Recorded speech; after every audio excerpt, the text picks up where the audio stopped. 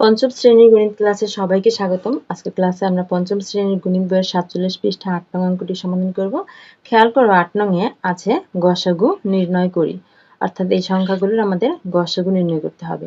তো দেখো গসাগু নির্ণয়ের আমরা অনেক নিয়ম শিখেছি, সেখান থেকে তোমাদের যেটা সুবিধা হয় সেইভাবে গসাগু করতে পারো। আমি এখানে একটা নিয়মে করে দেখাচ্ছি।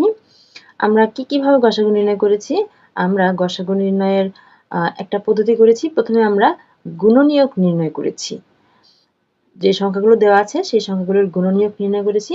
তারপর গুণনীয়কগুলোর মধ্যে যেগুলো সাধারণ গুণনীয়ক অর্থাৎ সবগুলোর মধ্যেই আছে যে সেটা বের করা, অর্থাৎ সাধারণ গুণনীয়ক বের করা। তারপর সাধারণ গুণনীয়কের মধ্যে সবচেয়ে বড় যেটা সেটা হচ্ছে গসাগু। চাইলে সেভাবে করতে পারো, অথবা আরো একটা নিয়ম আছে, সেটা হচ্ছে বিভাজ্যতার নিয়ম দিয়ে করতে পারো। যেমন আমি 1 নম্বরটা করে দেখাচ্ছি। 1 নম্বরে আছে 9 আর 15। তো লসাগুর ক্ষেত্রে আমাদের ওই সংখ্যা দিয়েই ভাগ করব যেই সংখ্যা দিয়ে সব সংখ্যাই বিভাজ্য। ঠিক আছে, অন্য কোনো যদি আমরা লসাগুর ক্ষেত্রে দেখেছি যে কমপক্ষে দুটি বিভাজ্য হলে সেই সংখ্যা দিয়ে ভাগ করতে পারি, কিন্তু গসাগুর ক্ষেত্রে নিয়মটা হচ্ছে আমাদের সব সংখ্যা বিভাজ্য হতে হবে। তো 9 আর 15 এই দুটি সংখ্যা হচ্ছে 3 দিয়ে বিভাজ্য। তাহলে 3 দিয়ে 9 কে ভাগ করলে 3 3 9 অর্থাৎ ভাগফল 3, 15 কে ভাগ করলে ভাগফল 5। এখন 3 আর 5 এই দুটো সংখ্যা কোনো সাধারণ সংখ্যা নাই, যেই সংখ্যা দিয়ে হচ্ছে দুটো সংখ্যাই বিভাজ্য। তাহলে গসাগু কি হবে? সুতরাং গসাগু, লসাগুর ক্ষেত্রে দেখেছি যে এই চারপাশের সংখ্যাগুলো গুণ করে দেওয়া, আর গসাগুর ক্ষেত্রে শুধুমাত্র বাম পাশের সংখ্যাগুলো গুণ করা। এখানে বাম পাশে আছে শুধুমাত্র 3, তাহলে গসাগু হচ্ছে 3। ঠিক আছে, আর একটা নিয়ম আছে, সেটাকে আমি দেখিয়ে দেব। এখানে 1 নাম্বারটা 2 নিয়মে করে দেখাচ্ছি। দেখো, আচ্ছা 2 নাম্বারটা ওই নিয়মটাই দেখাচ্ছি।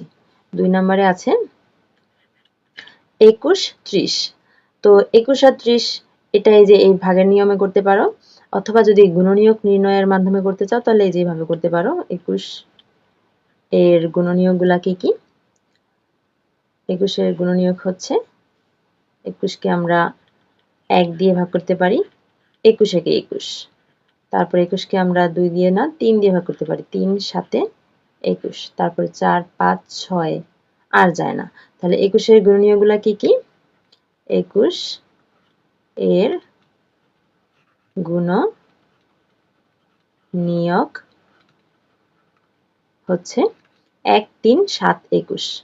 1 3 7 21। এইভাবে করে 30 এর গুণনীয়কগুলো বের করতে হবে। 30 কে আমরা 1 দিয়ে ভাগ করতে পারি, তখন 30 একে 30। 2 দিয়ে ভাগ করতে পারি, 15 দুগুণে 30। 3 দিয়ে ভাগ করতে পারি, 3 10 30। 4 দিয়ে যায় না, 5 দিয়ে ভাগ করতে পারি, 5 6 30। তারপর তো 6 দেওয়াই হয়েছে। তাহলে 30 এর গুণনীয়কগুলো কি কি? 30 এর গুণনীয়ক সমান 1 2 3 5। 1 2 3 5। তারপর এখানে আছে 6 10 15 30। 6 10 15 30। এখন এই গুণনীয়কগুলোর মধ্যে সাধারণ গুণনীয়ক খুঁজে বের করতে হবে, তাই না? দেখো এখানে 1 আছে, এখানে 1 আছে, ওখানেও 1 আছে, তারপর 3 মিল আছে, আর কিছু না। 1 মিল আছে, 3 মিল আছে। এখন এই যেগুলা মিল আছে, যে অর্থাৎ সেগুলো হচ্ছে সাধারণ গুণনীয়ক। সাধারণ গুণনীয়কের মধ্যে সবচেয়ে বড় যেটা সেটা হবে গসাগু, তাই না? সুতরাং গসাগু সমান সবচেয়ে বড়টা অর্থাৎ 3। বুঝতে পেরেছো? আচ্ছা, এই হচ্ছে 2টা নিয়ম, তোমাদের যেভাবে খুশি তোমরা সেভাবে করতে পারো। তো আমি পরেরটা দেখাচ্ছি। 3 নাম্বারটা খেয়াল করো। 3 নাম্বারে দেখো আছে 32 আর 36। তো আমরা 32 আর 36 একে আমরা ভাগের সাহায্যে গসাগু বের করব। তো 32 আর 36 এই দুটি সংখ্যা কিন্তু জোড় সংখ্যা, তাহলে 2 দিয়ে বিভাজ্য। 32 কে 2 দিয়ে ভাগ করলে 16 দুগুণে 32 16 হবে। 36 কে ভাগ করলে 18 দুগুণে 36 18 হবে। আবারও জোড় সংখ্যা, তাহলে আবারও 2 দিয়ে বিভাজ্য। 16 কে ভাগ করলে 8 দুগুণে 16 18কে ভাগ করলে 9 দুগুণে 18। তারপর 8 আর 9, দেখো 8 আর 9 কিন্তু এমন কোনো সংখ্যা নাই যেটা দিয়ে 8ও বিভাজ্য হবে 9ও বিভাজ্য হবে। তাহলে ভাগ করাটা বন্ধ করতে হবে। তাহলে গসাগু কি হবে? সুতরাং গসাগু সমান এই বাম পাশের সংখ্যাগুলোর গুণফল। বাম পাশে আছে কি 2 2, তাহলে 2 আর 2 এর গুণফল হবে গসাগু 2 দুগুণে 4। বুঝতে পেরেছো? এরপর দেখো 4 নম্বরে আছে 13 14। তো 13 আর 14 কিন্তু এমন কোনো সংখ্যা নাই যে সংখ্যাতে 13 বিভাজ্য হবে আবার 14 বিভাজ্য হবে। তো এটা চাইলে এইভাবে করতে পারো, 13 এর গুণনীয়ক। 13 এর গুণনীয়ক কি? 13 কে আমরা যদি ভাঙি তাহলে 13 একে 13। আর কোনো সংখ্যা কিন্তু পাওয়া যায় না। তাহলে 13 এর গুণনীয়ক